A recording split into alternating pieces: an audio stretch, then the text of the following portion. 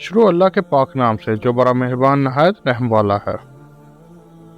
اللہ رب العزت کے حکم پر سرکار مدینہ صلی اللہ علیہ وآلہ وسلم نے دین اسلام کے احکام و مسائل کے بارے میں صحابہ کرام کو آگاہی بخشی۔ پھر تابعین نے ان احکامات و مسائل کو سیکھا۔ صحابہ سے پھر جیسے جیسے دین اسلام جزیرہ نما عرب کی سرحدوں سے باہر نکل کر پھیلتا گیا تو دین اسلام کے ان تمام مبلغین کی محنت نے رنگ لانا شروع کر دیا، اور تابعین کے بعد یہ ذمہ داری طبی تابعین نے احسن طریقے سے نبھائی۔ پھر یہ کام آنے والے علماء، مجتہدین، ائمہ، محدثین، اولیاء اللہ اور بزرگان دین کے کاندھوں پر آن پڑا، اور انہوں نے اپنی ذمہ داریوں سے کوئی کوتاہی نہیں بخشی اور لوگوں کی خدمت میں مصروف عمل رہے، امت مسلمہ کی رہنمائی کا فریضہ سر انجام دیتے رہے۔ میرے محترم اور معزز دوستو، انہی اولیاء اللہ میں ایک معروف نام حضرت جنید بغدادی رحمۃ اللہ علیہ کا بھی ہے، جن کا نام اور ان کا کام دونوں اہل ایمان مسلمانوں کے لیے آج تک تاریخ اسلام کی کتابوں کا زیور بنے ہوئے ہیں، اور ان کے بعد آنے والے بے شمار لوگ ان کی زندگی اور ان کی باتوں سے مستفید ہوتے ہوئے نظر آتے ہیں۔ آج ہم اس عظیم ہستی کے بارے میں کچھ پڑھنے کی سعادت حاصل کریں گے۔ حضرت جنید بغدادی رحمۃ اللہ علیہ نے پوری زندگی امت مسلمہ کی رہنمائی میں گزار دی اور یہ فریضہ بخوبی نبھایا۔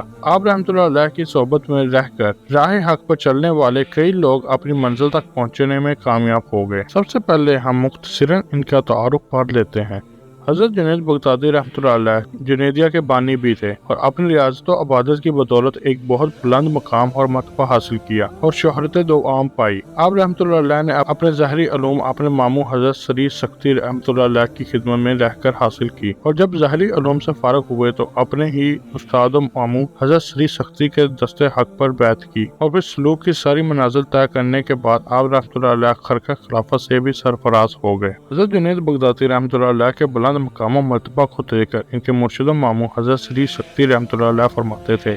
کہ اگر کسی کو یہ دیکھنا ہو کہ کسی مرید کا مقام اپنے مرشد کے مقام سے بلند ہے تو وہ جنید رحمۃ اللہ علیہ کو دیکھ لے۔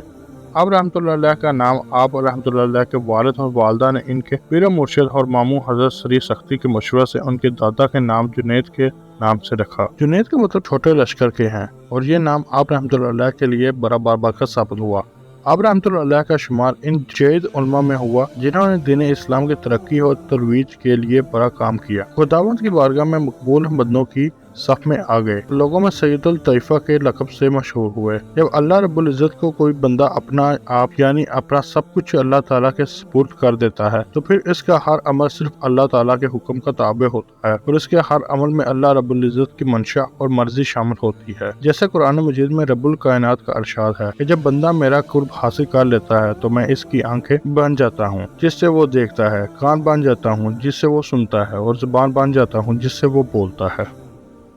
حضرت جنید بغدادی رحمۃ اللہ علیہ کا بھی کچھ یہی حال تھا۔ شہر بغداد کے کافی مشائخ اور خود حضرت سری سختی رحمۃ اللہ علیہ نے کئی مرتبہ آپ رحمۃ اللہ علیہ سے کہا کہ وہ لوگوں کو وعظ و نصیحت کیا کریں، لیکن وہ ادب مرشد کے پیش نظر ہمیشہ خاموش ہو جاتے۔ لوگوں کا ایک وفد حضرت جنید بغدادی رحمۃ اللہ علیہ کی بارگاہ میں حاضر ہوا اور عرض کیا کہ کچھ نصیحت و وصیحت کریں تو ہمارے دلوں کو قرار آ جائے، تو آپ رحمۃ اللہ علیہ نے فرمایا کہ جب تک میرے پیر و مرشد حیات ہیں اور اپنے مقام پر رونق افروز ہیں میں نصیحت نہیں کروں گا۔ لوگ وہاں سے اٹھ کر چلے گئے۔ یوں ہی ایک رات آپ رحمۃ اللہ علیہ کو سرکار مدینہ صلی اللہ علیہ وآلہ وسلم کا دیدار نصیب ہوا، اور آپ صلی اللہ علیہ وآلہ وسلم نے فرمایا کہ اے جنید، تم لوگوں کو نصیحت کیوں نہیں کرتے کہ اللہ عز و جل تمہارے توسل سے ایک جہاں کی مغفرت فرمائے گا۔ حضرت جنید بغدادی رحمۃ اللہ علیہ جب بیدار ہوئے تو سوچنے لگے کہ میرا مقام میرے مرشد کے مقام میں پیوست ہو گیا ہے، یعنی برابر جا پہنچا ہے۔ جب ہی حضور صلی اللہ علیہ وآلہ